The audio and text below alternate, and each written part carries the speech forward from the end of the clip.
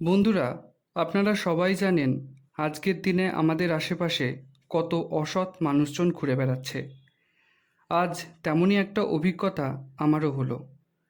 আমার একটা স্পোর্টসের দোকান আছে, যার নাম মল্লিক স্পোর্টস।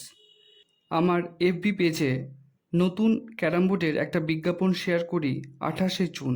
আর আজ সকালে এই ব্যক্তি আমাকে হোয়াটসঅ্যাপে মেসেজ করে ক্যারাম বোর্ড নেওয়ার জন্য আগ্রহ দেখায়।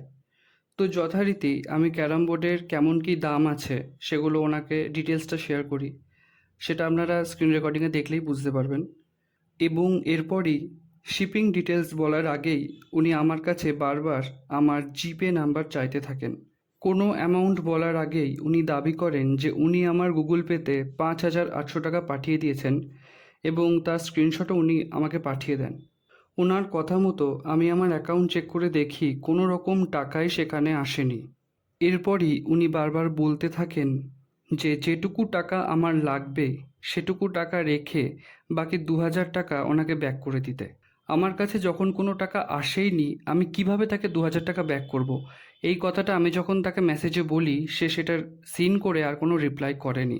আজ এই ভিডিওটি শেয়ার করার একটাই উদ্দেশ্য, আপনারা অবশ্যই এই ধরনের মানুষগুলোর থেকে সাবধানে থাকবেন এবং এই ভিডিওটি অনেক বেশি শেয়ার করবেন যাতে কোনো মানুষ ভবিষ্যতে এমন ফ্রডের পাল্লায় না পড়ে।